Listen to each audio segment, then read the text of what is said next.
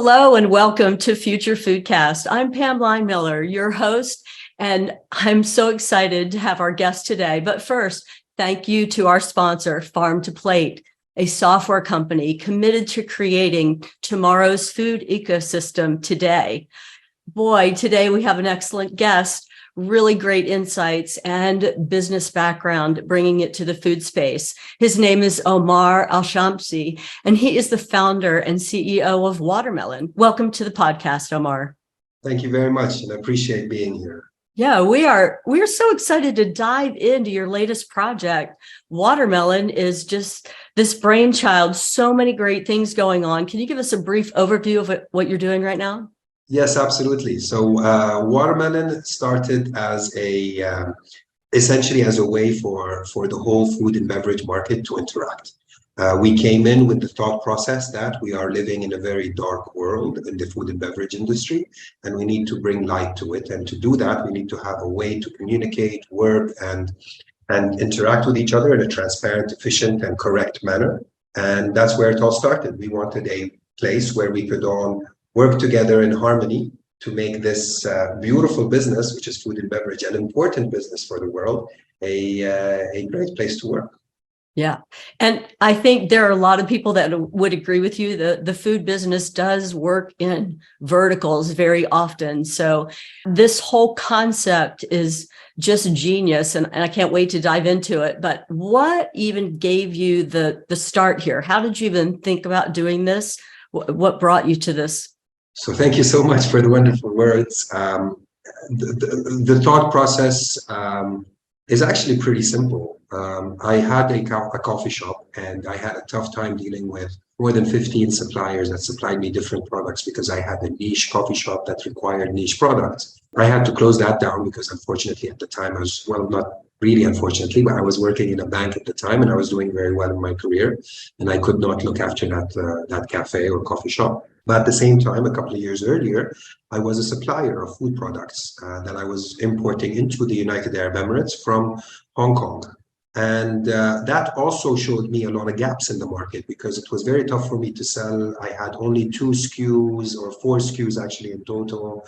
And it was very tough for me to reach out to a lot of clients, and of course the larger suppliers, would very easily kind of bulldoze me out of the way. And I decided that this whole playing field needs to be leveled out, and it needs to be efficient, transparent, and easy to work for me to ever want to get back into it. And that's where the thought process of starting this began.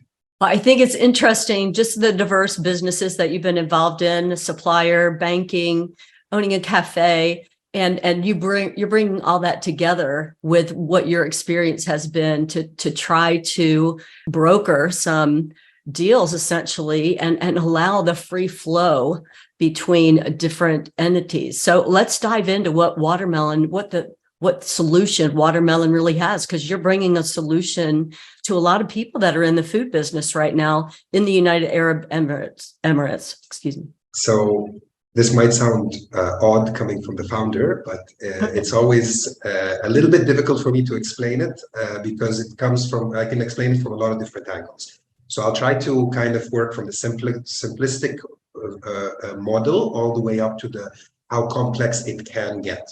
So simplistically, it is a place where, as you very rightly said, people can interact with each other and trade essentially with each other. So a marketplace, you can call it. But then those individuals and companies and organizations that are trading with each other also have requirements. So their requirements may be service-related requirements, such as, for example, grease trap cleaning for restaurants that use oil, such as, for example, hygiene requirements, food safety requirements that are imposed to them by the government entities that want to make sure that the health and hygiene of the restaurant is at a high level.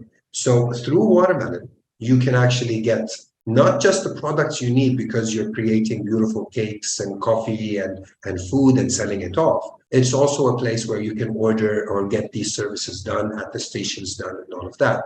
Now, for the suppliers, I am a person who's a supplier. I can sell. And because of this ability to have that marketplace, I can directly interact with a multitude of different types of customers directly and at a press of a button. And by doing that, I may have only one SKU. I may be a person who does the best sourdough and bread in town.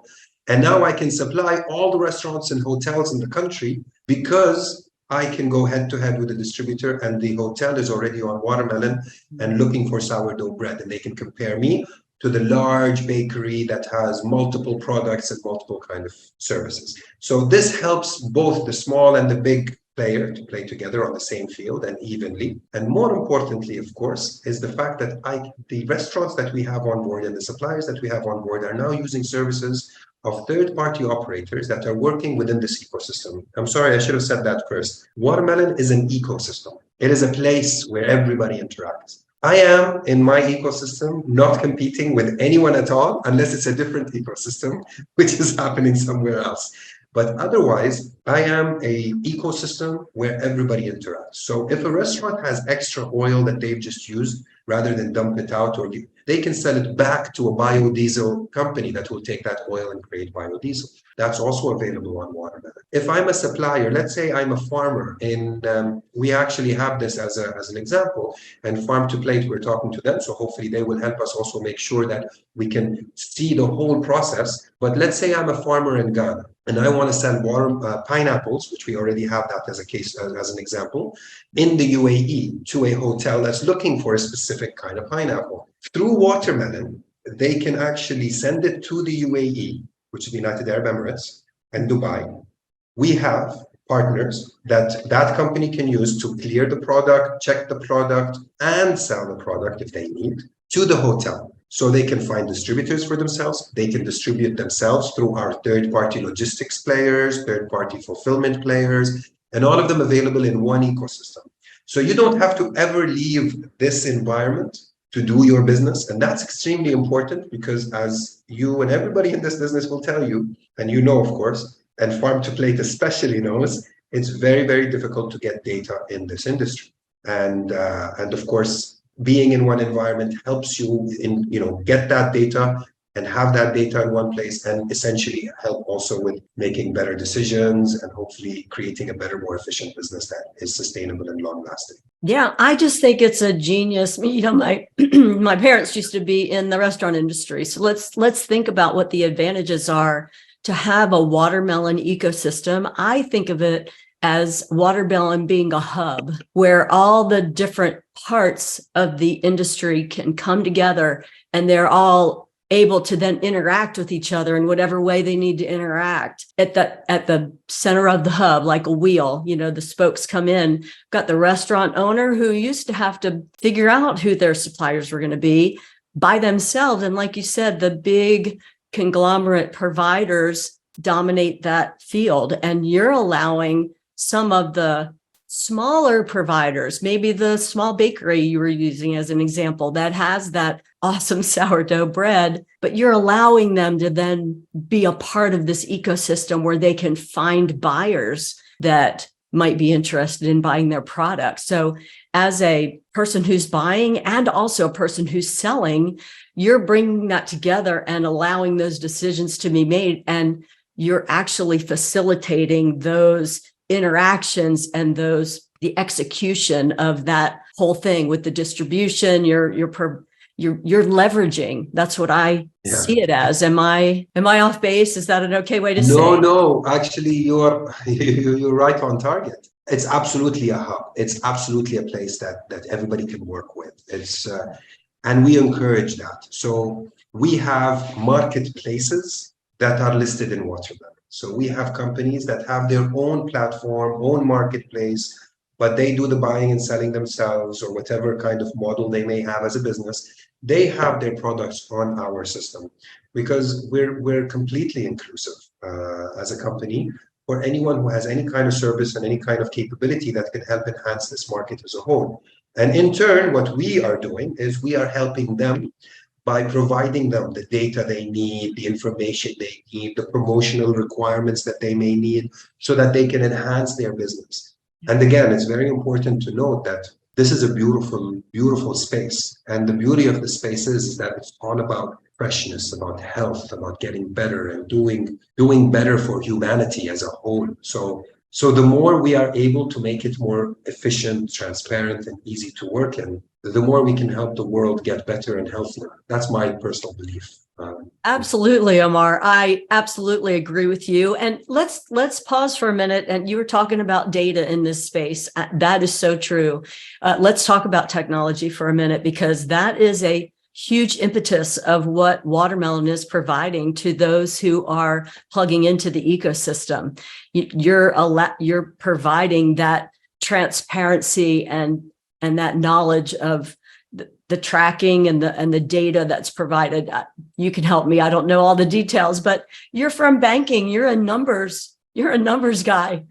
Yeah. So in banking, as you know, data is key, and it works a lot. And we work with numbers and analysis, and we analyze the data on a regular basis to make sure that our bank is running smoothly and safely. And it goes without saying that that's an extremely important aspect of the banking world, given what's happened over the last, I won't even say a year, over the last 10 years with all the different bank information and news we got. So I'm happy I'm out of that field altogether. However, being in this field, you can ask anyone who works in this field and they'll tell you data is absolutely not available. It is not abundant. People cannot share their information, even if they want to, because they do not have a place where they can regularly share that information. And any kind of analysis that is done on a piecemeal basis. And sometimes it's done on a extrapolation of information kind of basis. And hopefully creating a bell curve out of a certain, sample that may or may not be true, because they're mostly questionnaires. And you get decisions and you cross your fingers and you hope that the decisions you make are the right ones. But when you have a hub like this, you can even make a decision and see what happens real time and decide whether or not your decision is correct. So it's not just about data, it's also about the ability to see what happens on the fly, rather than wait 2, 3, 4 months for information to start seeping in, and then you realize maybe it wasn't such a great idea that I started with. Now, I just wanted to highlight, look, there's nothing we did not, as a team in Watermelon, we did not start out thinking that this would happen to Watermelon. We just kept looking for ways to make the world better. So to make this environment better, that was our target. We wanted to be the place that everybody would use. And we wanted to be the logical choice. And if you don't choose to use Watermelon, you would be an illogical person. So for us to even claim that, or be able to claim that, we would have to build quite a behemoth of an environment or of an ecosystem. And we're not there yet. And it's going to take forever to get there. But we are trying to get closer and closer every day to that, so that more and more people will feel like it would make no sense whatsoever not to be on Watermelon. Well, we call that a no-brainer. That is no-brainer. Like, it doesn't even take a brain to make that decision to join the Watermelon ecosystem. But it's always going to be a moving target, Omar, because technology is moving forward and the needs and abilities are changing. And so you're never going to get there. But I love your attitude of continually striving to get better and provide the best to those who are providing goods and services to us and trying to make the world a better place. We're all trying to improve in that area. But one area you are really helping, in a lot of restaurant owners love the idea, you are a cafe owner, of having that and being with the public and providing that service, but they don't want to worry about all the systems behind the scene that it takes to run that. And Watermelon has solutions for them as well. Yes, so great. It's great that you brought that up. Watermelon, to be a proper, full-fledged ecosystem, we had to ensure that we had every part of the business covered, so that when you sign on, you need nothing else. Now, with that said, we also have, so again, I'm not a competitor to anyone. What I am providing is the bare basic minimum service that you need to run your business. You come in, you sign on, you get everything you need, and you can be up and running within minutes, literally half an hour, and you're probably selling your first cake. You're good to go. However, with that said, as your business grows, your requirements increase, your capabilities will increase, the different things you want to do will increase.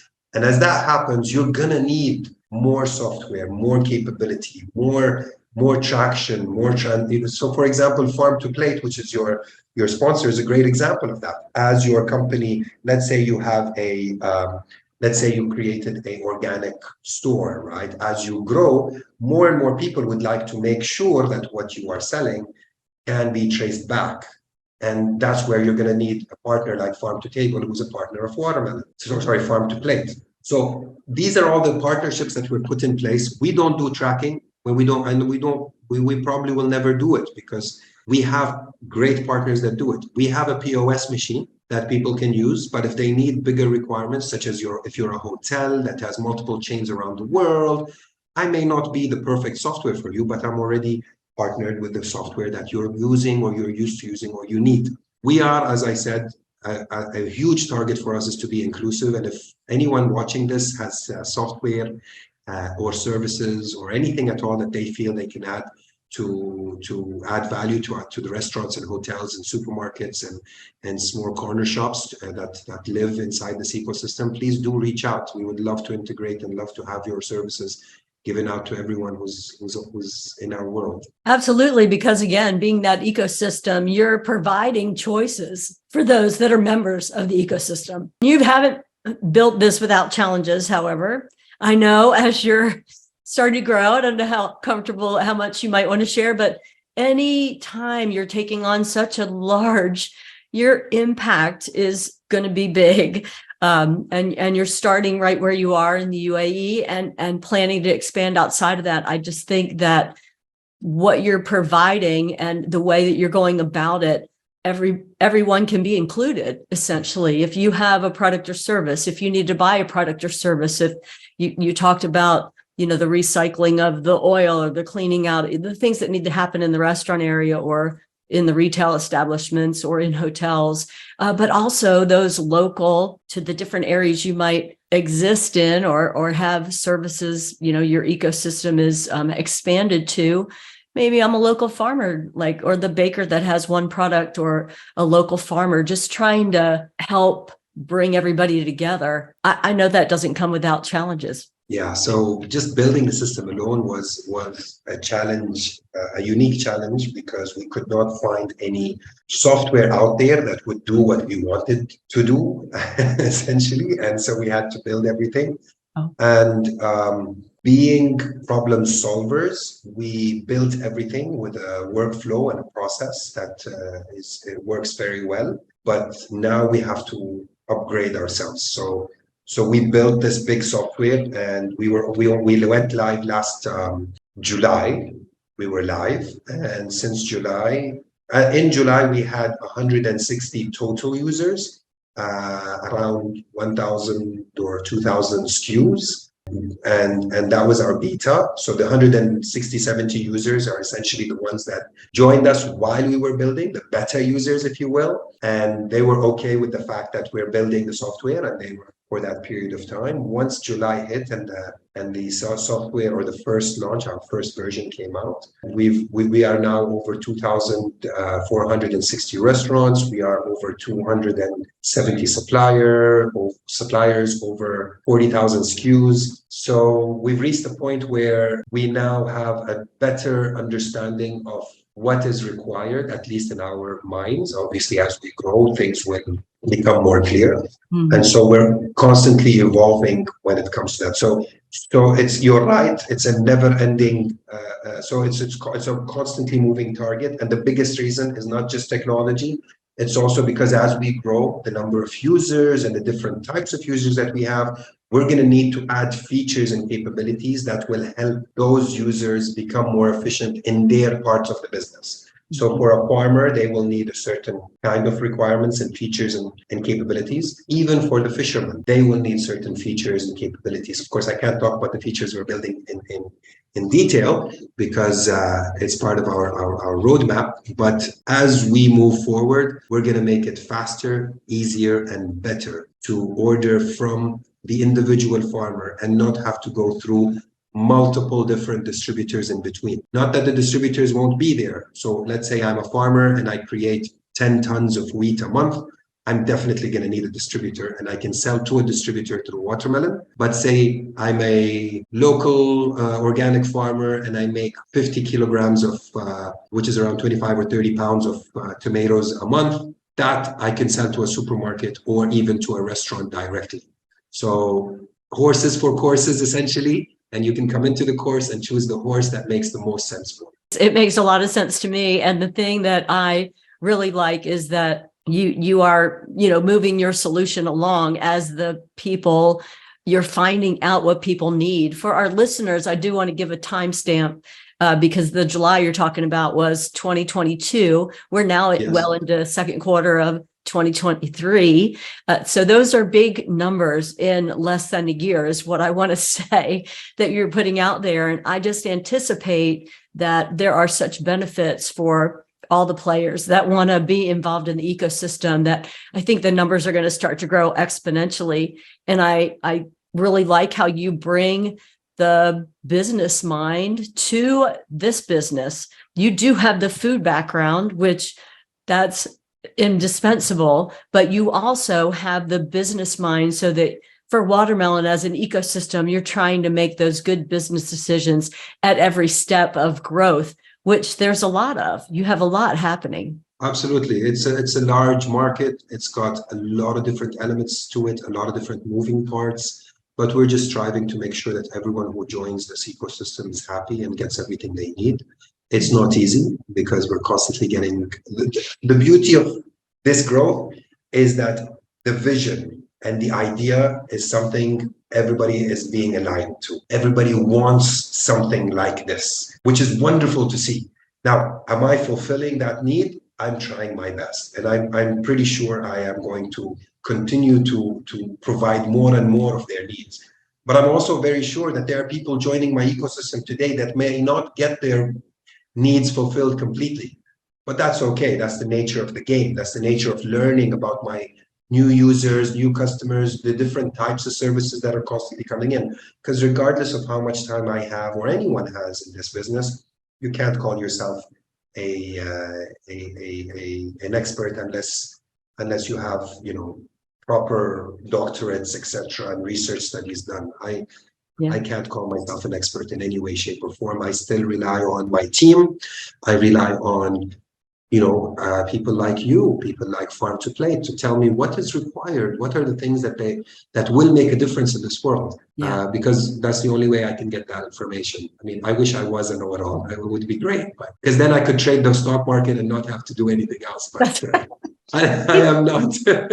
People don't like know-it-alls, though, Omar. They'd much rather have a team like you've got who is listening to their new customers that are coming into the ecosystem to be open to trying to figure out how to solve the problems for the things that they require. And you may not be the solution for everyone, or every bit of what they need, but you're doing your best to be a good listener and provide as much as you can at whatever point. And like you said, hire the experts like the Farm to Plate or the people that are experts in their unique area. No reason to recreate that piece of it. Just plug it into the ecosystem and have that available to everyone that needs it. Well, I know one of the things for local farmers, I know there's a big drive again to enable them to play in a bigger playing field. They have a challenge with some of the things they're growing or raising and the seasonality of it all. I know that you're thinking about that. I don't know that you've come up with a lot of solutions for that, but is there anything you'd like to discuss in that area of what you're thinking? Yes. So one of the major issues with a lot of the farmers, as you very rightly said, is seasonality. Of course, there are other things like logistics, prop marketing, et cetera, et cetera. But seasonality is a huge issue because you can't tell a farmer, especially a traditional farmer, that you need to create tomatoes all year round, because it's just not possible, right? Because you are part of this ecosystem, what happens is, as a restaurant chef, I could order from my local farmer for the certain period, and then for those dark periods where that farmer cannot give me the tomatoes from their own soil, I can get them from somewhere else. This creates a little bit of a harmonization of seasonality across the world. So what happens is the people who have the ability to do tomatoes from January till March will serve the world, and from March till July, that part of the world will do it, July to September.